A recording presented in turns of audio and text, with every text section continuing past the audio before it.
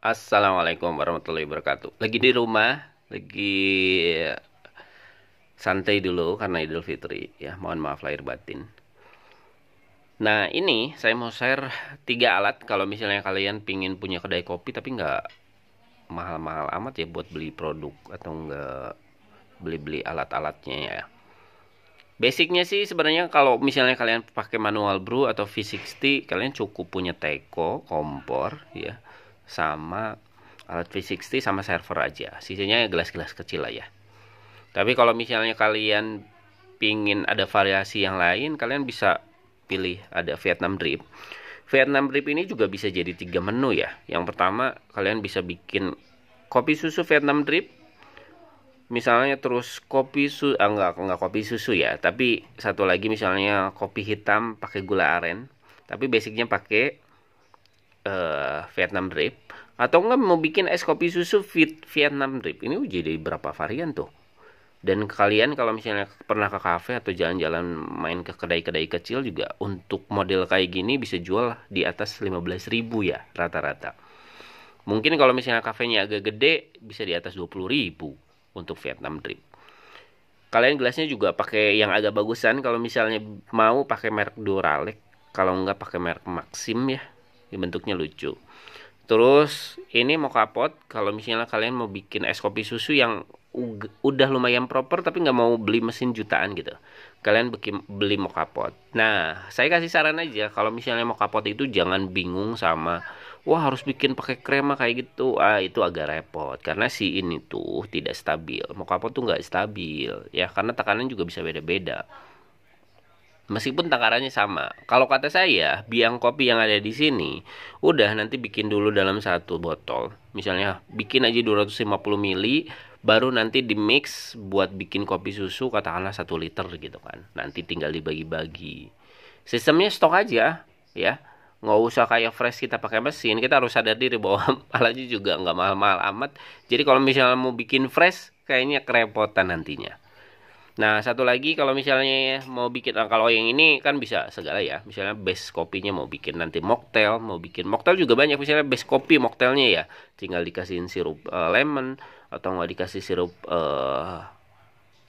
raspberry atau sekarang lagi rame namanya americano raspberry atau enggak apel ya. Kalian bisa beli sirupnya apel terus ditambahin jadiin americano apel. Itu kan harga nilai jadi nilai jual ya. Nah, terus kalau misalnya ini fine price, kalian mau bikin teh-tehan ya. Misalnya dia mau dibikin tehnya agak artisan gitu. Kalian bisa servingnya pakai kayak gini. Atau enggak, misalnya mau bikin varian menu yang beda yaitu tubruk tanpa ampas bisa pakai ini.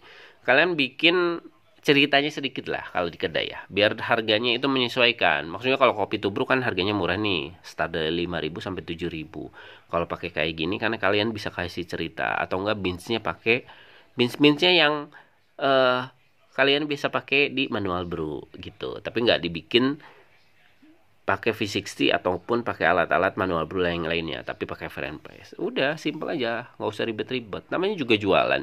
Yang penting produknya bisa diterima pasar, harga jualnya juga nggak terlalu tinggi ya. Kalau misalnya kalian pede dengan produknya jual tinggi juga nggak apa-apa, tapi tetap harus ada bagian yang menyesuaikan dengan harga mahalnya itu gitu. Oh kan orang lain ngomongnya udah gaya harga mahal ya, enggak juga, nggak bisa kayak gitu kan. Terus pangsa pasar yang di sekitarnya itu kayaknya nggak tertarik gitu kan, karena misalnya nih ya terlalu mahal atau nggak worth it gitu ya, harganya mahal tapi kualitasnya enggak. Tapi kalau kualitasnya kamu dengan alat ini bisa jadi oke ya no problem. Salah satunya jual bisa lebih mahal tuh mocktail ya, mocktail sama sajian-sajian yang unik. Pokoknya kalau ada yang ditanyain, nah ini sekian ya, ini bisa, ini kalau nggak salah ya, ini settingnya 50.000 juga udah ada. Yang ini harganya di bawah 100.000, ini di bawah 100.000 juga. Ini kan modalnya cuma 300.000, 250.000 lah ya. Nah, sekarang kira-kira dengan 250.000 bisa menghasilkan apa aja? Buka aja dulu, yang penting ya. Cobain, misalnya target sehari cuma 5 orang kayak atau 10 orang. Ya. Nggak usah yang muluk-muluk dulu, nanti kerepotan. Ingat, kalau misalnya udah rame baru upscale. Maksudnya upscale, kalau udah punya duit, udah ada perputaran, udah tahu seharinya dapat berapa, baru investasi yang lain. Jangan di awal investasinya, kalau kebanyakan. Planningnya juga belum matang, ya. Kalau nggak bisa jualan, planning-planningnya, sebagus-bagusnya planning kamu, itu jelek, ya. Semoga manfaat. Yuk, wassalamualaikum warahmatullahi wabarakatuh.